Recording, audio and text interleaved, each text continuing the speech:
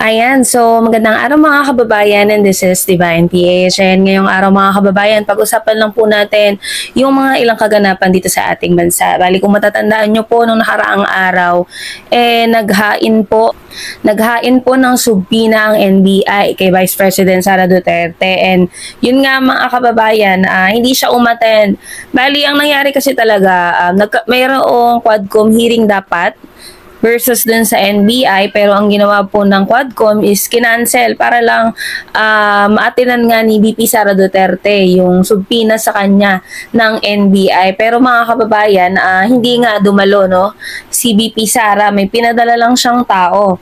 And after that mga kababayan, after ng ilang araw lang po, may mga ilang individual at advocacy group. Ayan, kung makikita nyo po dyan. Noong December 2 po ito mga kababayan, no? Impeachment complaints laban kay Vice President Sara Duterte, inihain ng iba't ibang advocacy group. So, isa sa mga kilala natin na nagpunta dyan is ito nga pong si dating Senator Leila de Lima, no? Na nag-file ng impeachment complaint.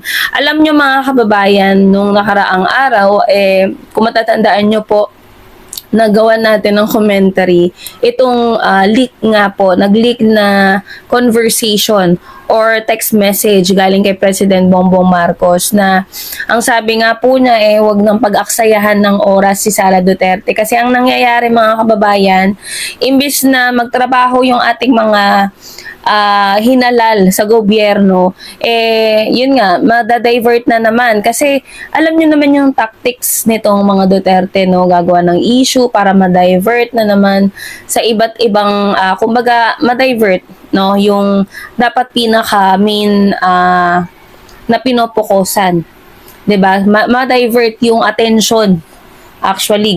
Syempre mga kababayan, hindi naman kontrolado din.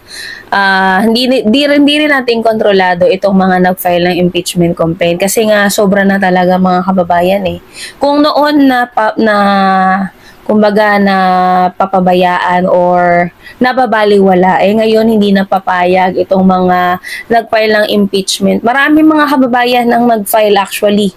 No? At yun nga, sabi nga nila, kahit ako nga mga kababayan, para sa akin, deserve talaga ni Vice President Sara Duterte na ma-impeach, na mawala sa pwesto. Una sa lahat, bakit? Siyempre, kasi alam ko may magagalit na naman dyan sa comment section. Kung kayo nga kine-question nyo kung saan napupunta yung, kasi sabi nila may confidential din daw si President Bongbong Marcos, intelligence funds, etc.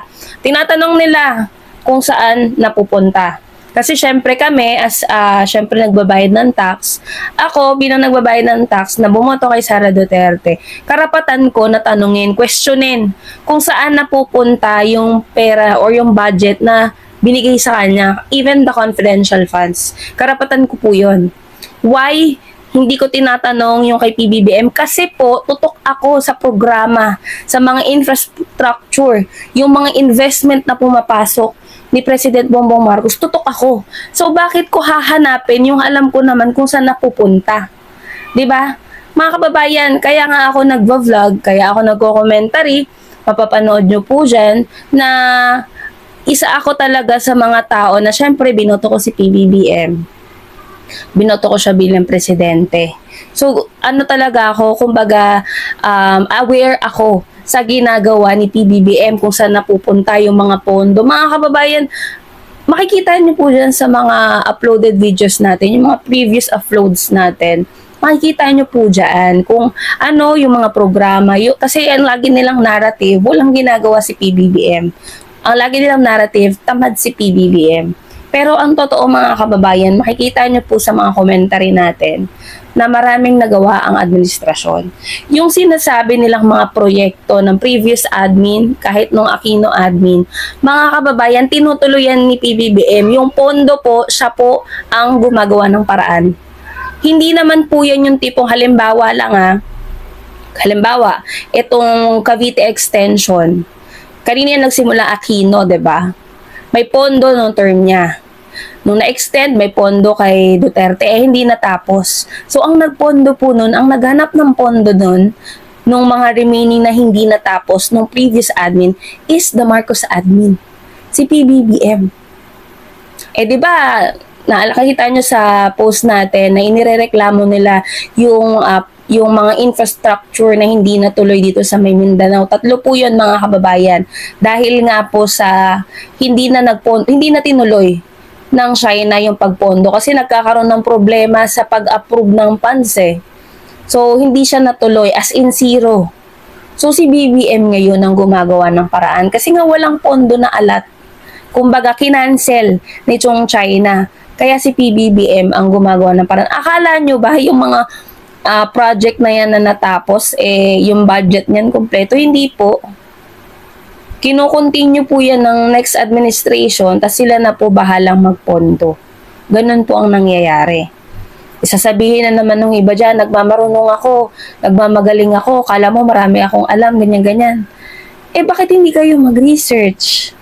Kaysa nagko-comment kayo sa mga uploaded videos ko, hindi naman pala kayo maniniwala sa akin. Mag-research na lang kayo. Huwag naman kayo yung tamad na iaasa nyo sa iba.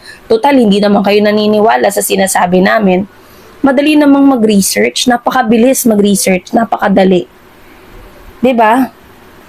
Kaysa yung iko-correct mo pa ako, iko-call out mo pa ako na as if may alam ako. Mas magaling ka pala Ba't hindi ikaw ang mag-research? Bakit kailangan mong mag-react sa mga post ko? Hindi ka rin naman maniniwala.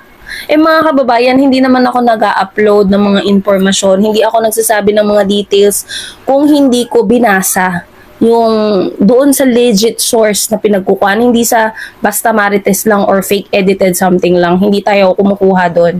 Yung source natin is legit talaga. No?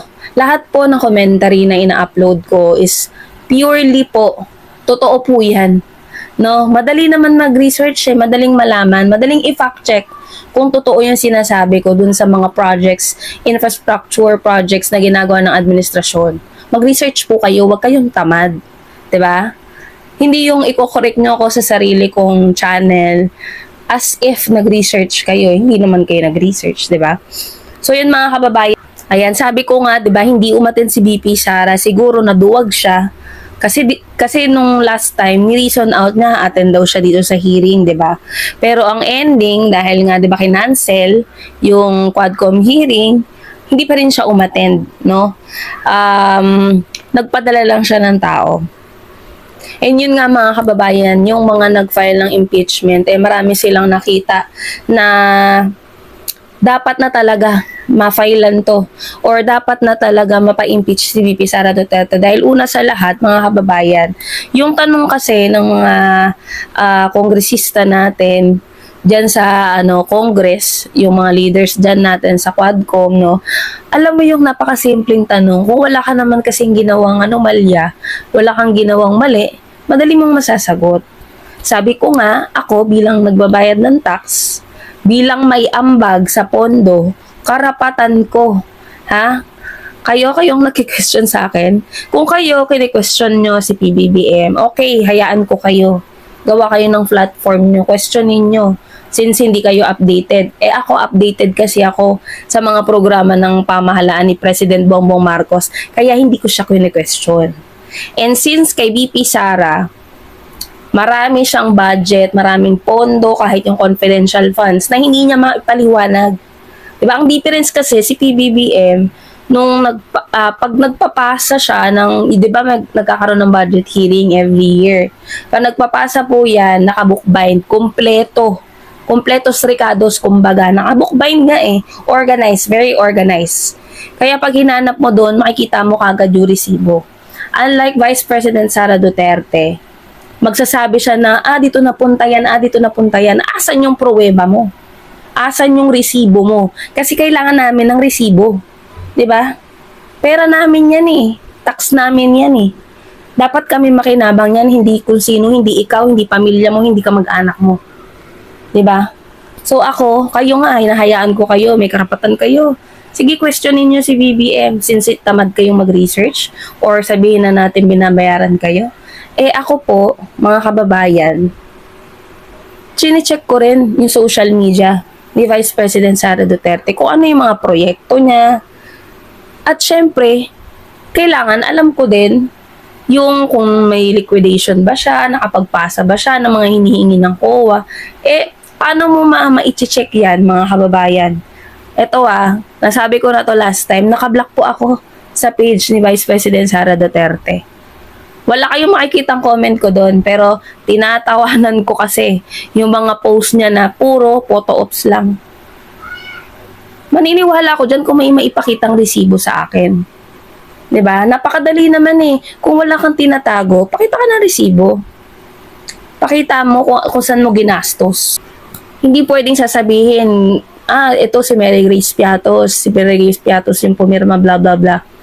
O baka sabihin na naman ng iba dyan, si Mary Grace Piatos daw ay si First Lady Lisa. Mga kababayan, malinaw po ng sinabi ng tauhan ni Sara na si Acosta. Andun pa si VP Sara nun na taga Davao.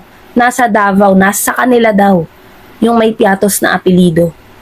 O doon kayo maghanap. Hindi yung ibibintang nyo na naman sa first family. Porket nasusukol na kayo, porket nalalaman na yung mga anomalyang ginagawa nyo, ibinibintang nyo kay PBBM, kay First Lady, pati kay Speaker. Diba? Kung ako tatanungin mo, tama lang talaga na ma-impeach to si Vice President Sara Duterte kasi sobra na Kasi ang mangyayari, pag hindi ito nasampulan, pwedeng gayahin siya ng iba. Diba? So yun lang mga kababayan, mag-update pa tayo sa iba pang ganap na regarding dito sa mga issues dito sa Pilipinas. So yun lamang po and maraming salamat po sa inyo lahat.